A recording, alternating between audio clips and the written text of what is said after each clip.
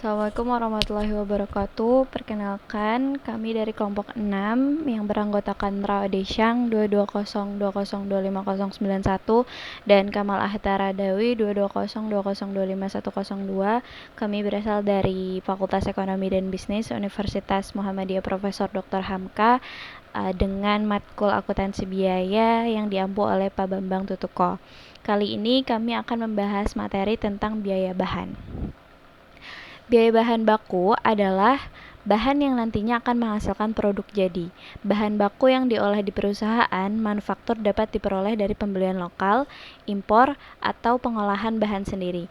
Dalam lingkup bahan baku meliputi harga bahan, biaya pengangkutan atau ongkos, biaya penyimpanan gudang, dan biaya-biaya perolehan lainnya. Selanjutnya di sini ada unsur biaya yang membentuk harga pokok bahan baku yang dibeli. Yang pertama, yaitu dalam sistem pembelian, yaitu yang pertama ada prosedur permintaan dan pembelian bahan baku. Jika persediaan bahan baku yang ada di gudang sudah mencapai titik minimum, bagian gudang membuat surat permintaan pembelian untuk dikirim ke bagian pembelian.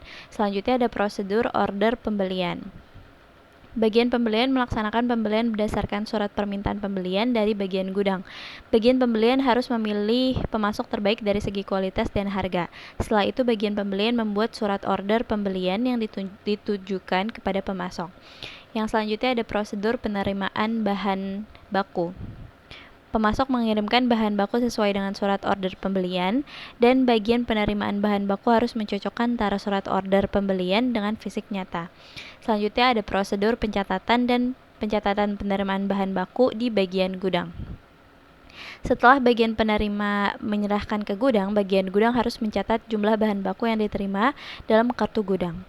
Selanjutnya prosedur permintaan dan pengeluaran bahan baku.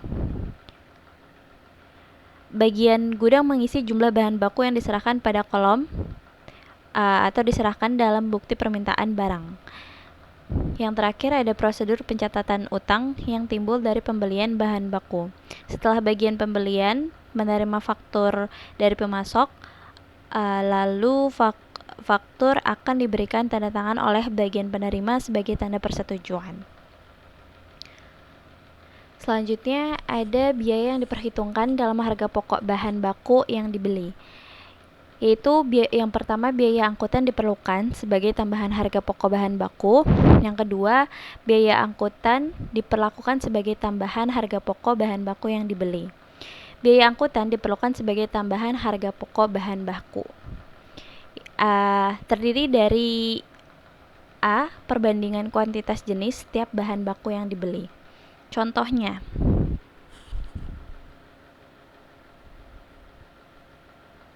contoh soalnya di sini, perusahaan membeli 3 macam bahan baku dengan jumlah harga dalam faktur sebesar 500.000.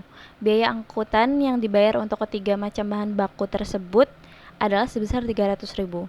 Kuantitas masing-masing jenis bahan baku yang tercantum dalam faktur adalah bahan baku A sama dengan 400 kg, bahan baku B sama dengan 350 gram, bahan baku C sama dengan 50 gram ya. Terus di sini ada kolom jawabannya, penjelasannya. Kita bisa hitung berat masing-masing bahan baku dulu di sini. Jadi 400 dibagi 800 sama dengan 50%. Terus 350 dibagi 800 sama dengan 43,75%. Terus bahan baku C 50 dibagi 800 sama dengan 6,25%. Nah, 800 ininya adalah total dari semua bahan baku. Terus di kolom yang kedua, itu 50%-nya dikali untuk kolom yang ketiga, itu 50%-nya dikali 300.000 sama dengan 150, terus 43,75 dikali 300.000 sama dengan 131.250.000, dan yang bahan baku C yang terakhir 6,25 dikali 300.000 sama dengan 18.750, dan total biaya angkutan yang dialokasikan ke ketiga bahan baku kembali berjumlah 300.000 sesuai dengan total biaya angkutan yang dikeluarkan perusahaan. Seperti itu. Di sini ada perbandingan harga faktur tiap jenis bahan baku yang dibeli. Contohnya, perusahaan membeli 4 macam bahan baku dengan harga faktur tiap-tiap jenis bahan sebagai berikut. Bahan baku A 100.000, bahan baku B 150.000, bahan baku C 225.000, dan bahan baku D 125.000. Biaya angkutan yang dikeluarkan untuk keempat jenis bahan baku tersebut adalah sebesar 48.000. Jika biaya angkutan tersebut dibagikan atas dasar perbandingan harga faktur tiap-tiap jenis bahan baku tersebut, harga pokok tiap jenis bahan baku akan dibebani dengan tambahan biaya angkutan sebesar 0,08, yaitu 48%. Pembagian biaya angkutan sebesar 48%. Nah, di samping di sini ada jawabannya juga. Dijelaskan ada 4 macam bahan baku. Biaya angkutan seluruh bahan baku itu 48.000 dan total harga fakturnya 600.000. Pertama-tama hitung proporsi biaya, yaitu tarif biaya angkutnya 48.000 dibagi 600.000 sama dengan 0,08. Nah, harga faktur ini dikalikan dengan 0,08 tadi. Jadi jenis bahan baku A 8.000, yang B 12.000, yang C 18.000, yang D 10.000. Terus untuk mencari harga pokok bahan baku itu kolom 1 dan kolom 2 tinggal ditambahkan. Jadi 100.000 ditambah 8.000, 108.000, 150 ditambah 12.000, 162.000, dan seterusnya, dan bertotalkan semuanya 648.000. Seperti itu. Selanjutnya ada biaya angkutan diperhitungkan dalam harga pokok bahan baku yang dibeli berdasarkan tarif yang ditentukan di muka. Untuk menyederhanakan perhitungan harga pokok bahan baku, biaya angkutan dibebankan kepada bahan baku yang dibeli atas dasar tarif yang ditentukan di muka atau predetermined rate. Perhitungan tarif dilakukan dengan menaksir biaya angkutan yang akan dikeluarkan dalam tahun anggaran tertentu. Taksiran biaya angkutan ini kemudian dibagi dengan dasar yang akan digunakan untuk mengalokasikan biaya angkutan tersebut. Pada saat terjadi pembelian bahan baku, harga faktur bahan baku harus ditambah dengan biaya angkutan sebesar tarif yang telah ditentukan. Di sini ada syarat-syaratnya, ada penulisan jurnalnya seperti apa. Selanjutnya ada biaya unit organisasi yang terkait dalam perolehan bahan baku. Dalam pembelian bahan baku, biaya unit organisasi yang terkait adalah bagian pembelian, penerimaan, bagian gudang, dan bagian akuntansi persediaan. Biaya-biaya tersebut perlu dibuatkan tarif pembebanan biaya pembelian kepada setiap jenis bahan baku yang dibeli. Jika biaya pembelian dibebankan ke bahan baku atas dasar tarif, maka jumlah biaya tiap bagian yang terkait dalam transaksi pembelian bahan baku tersebut diperkirakan selama 1 tahun anggaran. Ditentukan dasar pembebanan biaya tiap-tiap bagian tersebut dan ditaksir berapa jumlahnya dalam 1 tahun anggaran. Dan terakhir ditentukan tarif pembebanan biaya tiap-tiap bagian tersebut dengan cara membagi biaya tiap bagian dengan pembebanan. Kalian bisa lihat jurnalnya di bawah sini. Selanjutnya ada unsur biaya yang diperhitungkan dalam harga pokok bahan baku yang diimpor. Dalam harga sebentar.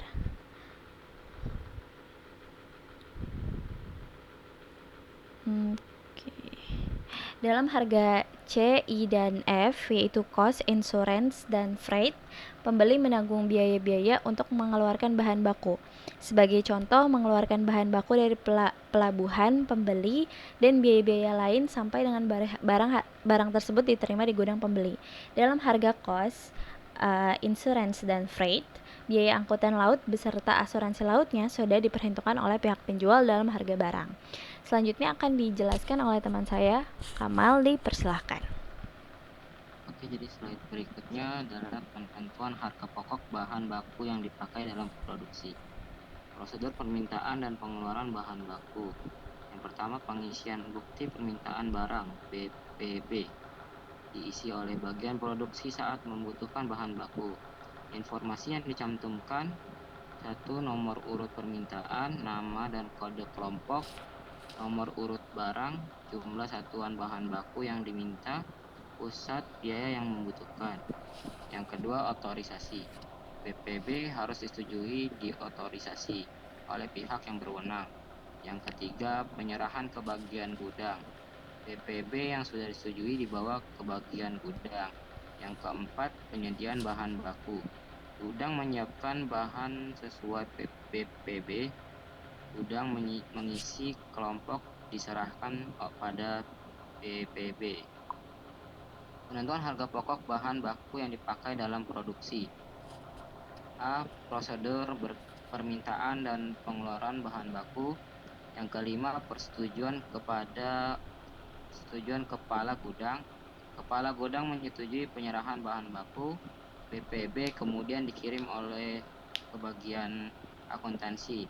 Yang keenam, pencatatan gudang. Gudang mencatat pemakaian bahan baku pada kartu gudang, kolom dipakai. Yang kedua, kartu barang. Yang ketujuh, pencapaian akuntansi. Akuntansi mengisi harga satuan bahan baku dan jumlah harga pokok bahan baku dari kartu persediaan.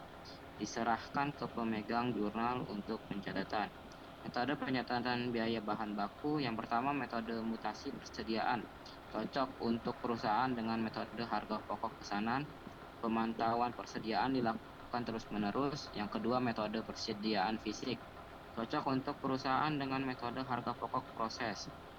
Persediaan dihitung secara fisik pada akhir periode. Slide berikutnya, metode pencatatan biaya bahan baku. Yang pertama, metode identifikasi khusus. Yang kedua, metode masuk pertama, keluar pertama, first in first out method. Yang ketiga, metode masuk terakhir, keluar pertama, last in first out method. Yang keempat, metode rata-rata bergerak, moving average method. Yang kelima, metode biaya standar. Yang keenam, metode rata-rata harga pokok bahan baku pada akhir bulan. Contoh soal. Metode masuk pertama, keluar pertama, persediaan bahan baku pada awal bulan Januari 2013 terdiri dari 16.000 kilo kali 2.400. Hasilnya 1.440.000. 400 kg dikali 2.500 sama dengan 1 juta. Ikut adalah data pembelian dan pemakaian bahan baku selama bulan Januari 2018. Total transaksi pembeli dicatat sebagai berikut. Persediaan bahan baku 4.800.000, menjadi utang dagang 4.800.000. Jurnal pemakaian bahan baku dicatat sebagai berikut. Barang dalam proses 4.640.000, biaya bahan baku, persediaan bahan baku 4.640.000. Itu dipindahkan ke persediaan bahan baku. Jadi ini adalah kartu persediaan metode masuk pertama, keluar pertama jurnalnya. Oke, slide selanjutnya tentang sisa bahan. Scrap materials. Dalam proses produksi, sisa bahan yang rusak dicatat atau tidaknya tergantung pada nilai jualnya. Jika tinggi, dicatat saat diserahkan ke gudang. Jika rendah, baru dicatat saat dijual. Jika di dalam proses produksi terdapat sisa bahan, masalah yang ditimbul adalah bagaimana memperlakukan hasil penjualan sisa bahan tersebut. Hasil penjualan sisa bahan dapat diperlakukan sebagai: pertama, pengurangan biaya bahan baku yang dipakai dalam pesanan yang menghasilkan sisa bahan tersebut. Yang kedua, pengurangan terhadap biaya overhead pabrik yang sesungguhnya terjadi. Yang ketiga, penghasilan di luar usaha, other income. Slide selanjutnya. Produk rusak, spoiled goods. Produk rusak adalah produk yang gagal memenuhi standar mutu dan tidak dapat diperbaiki.